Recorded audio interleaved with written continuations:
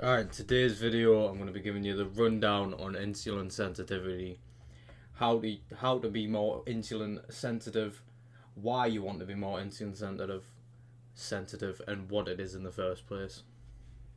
So log in, bro. Alright, so what is insulin sensitivity? Insulin sensitivity is how well your body responds to insulin. What is insulin? A hormone that allows your cells to absorb glucose. Okay, why do we want high insulin sensitivity?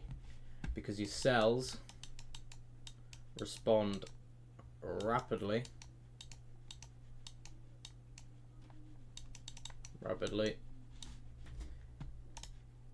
you need less insulin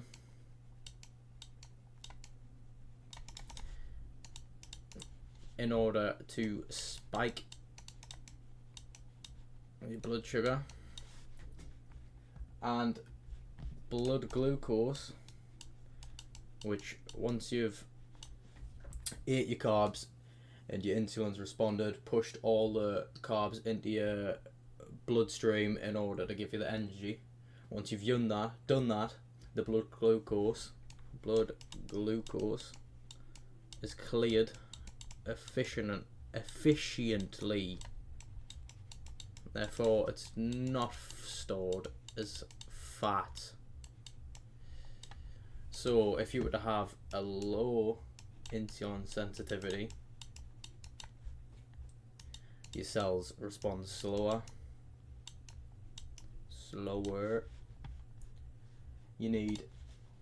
Your pancreas needs to pump out more in order to achieve the same effect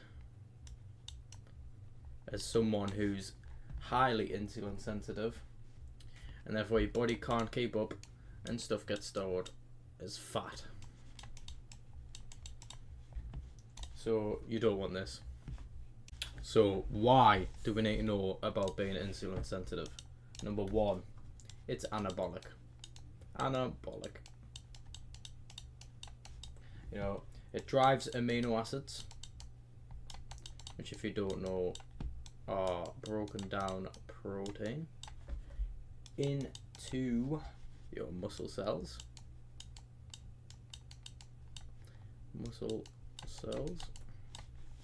It suppresses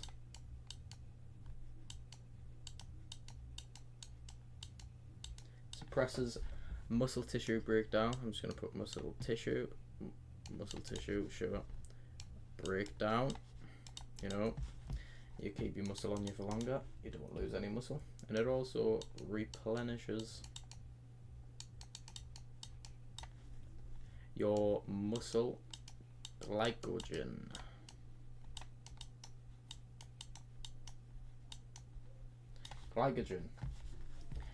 A direct link to training could be your rep range, 5 to 8 reps.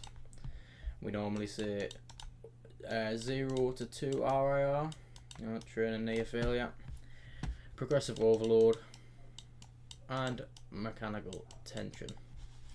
When we are training in this rep range, it is known as a glycolytic state, meaning your muscles are using glycogen. Therefore, knowing how to take advantage of insulin sensitivity is going to help us perform better in our workouts, and furthermore, post-workout.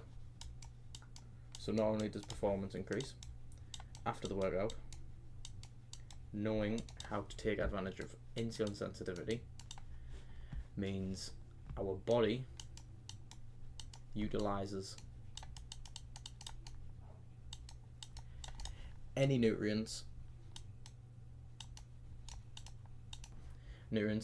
much more efficiently. So after a workout, your body is like a sponge, okay? Your body is like a sponge.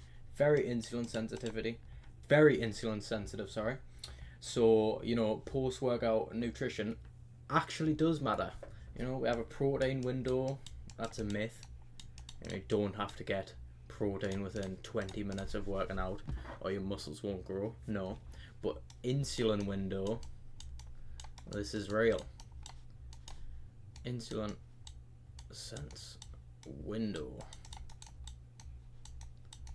So your body is only insulin sensitive after workout for a certain period of time.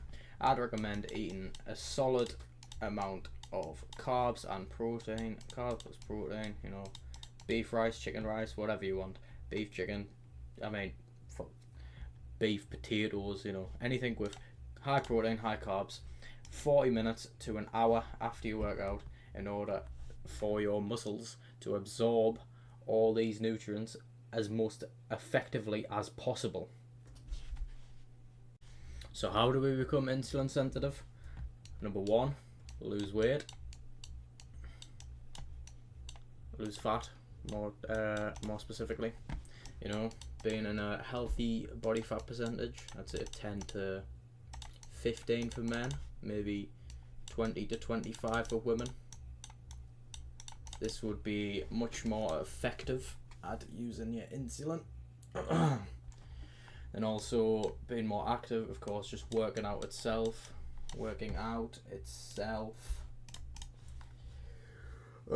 Being cardiovascular fit, you know, doing your cardio, you can work, do whatever you want. Pardon me. And obviously keep your cortisol low.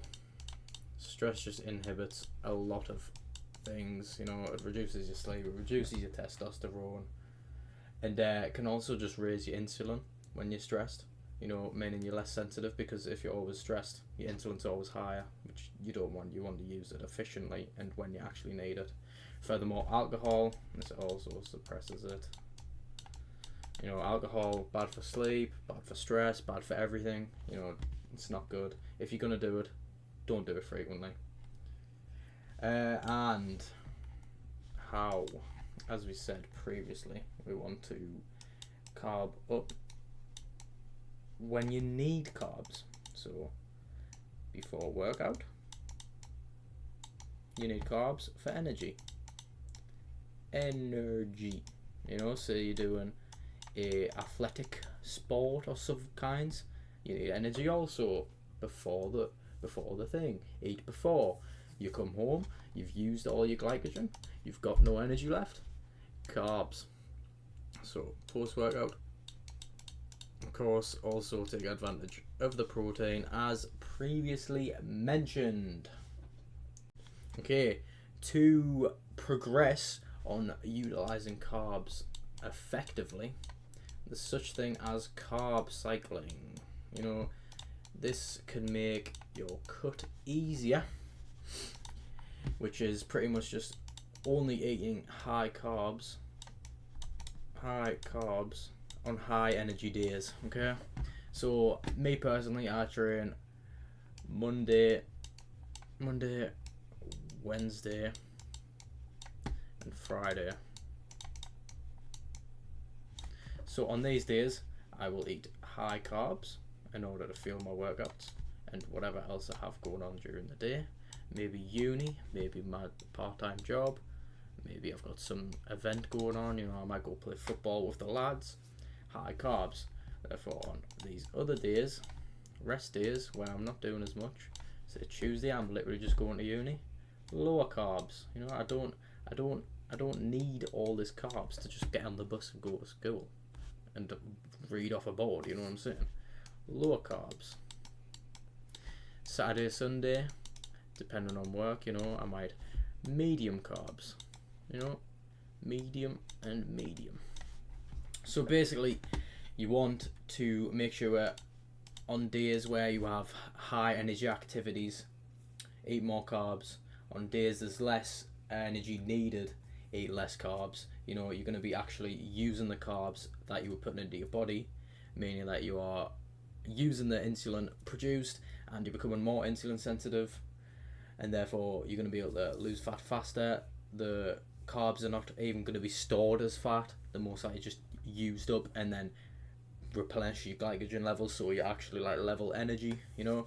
And Also, reducing carbs on a rest day, for example, on a cut, carbs lower, and then slightly increasing your fat to balance it out. This can make you feel more satiated.